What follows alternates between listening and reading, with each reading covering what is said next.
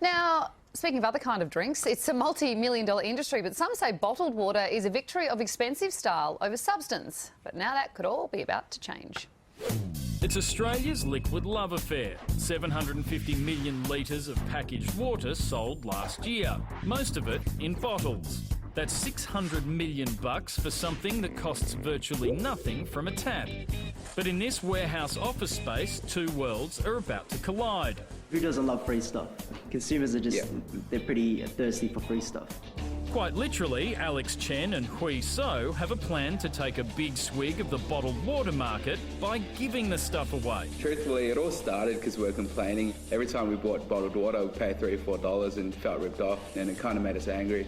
It's a business model that pits this bunch of Gen Yers against the big boys of beverages like Coca-Cola Amatil, which owns the Mount Franklin and Pump brands.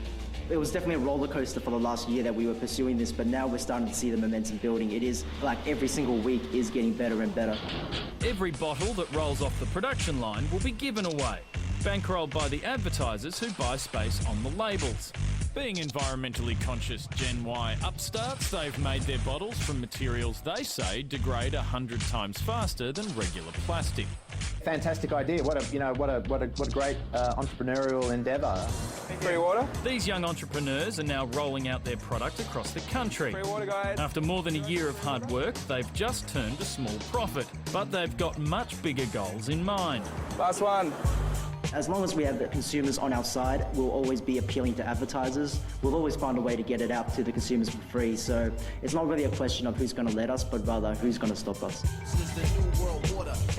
There's two things here. One is the business model that they're proposing, which is new. The other thing is the idea of bottled water itself. And nothing makes me more angry. I grew up in a world where people weren't buying water; they used water in a tap. I don't use bottled water.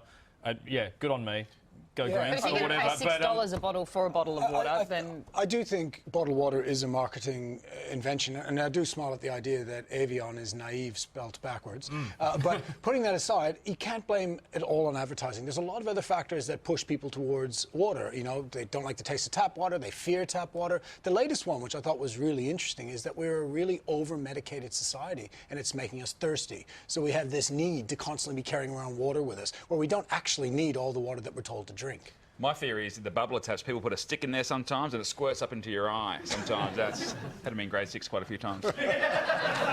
And we'll be doing a full expose on Pete's tough childhood at the Drinking Bubbler tomorrow night on the show. Can I say, just speaking of bubblers, when I was at my son's school the other day, you know it's crap how little the water comes out? No wonder they're all catching colds off each other. Carrie, I'm because telling it's you. like this tiny little bit comes out to save water, and so they're pretty much licking the bubbler thing. Yeah. I know that wasn't what the segment was about. No, but this really, this is the tip of the iceberg. It is. It really is. Tomorrow night, water, a 1-hour special.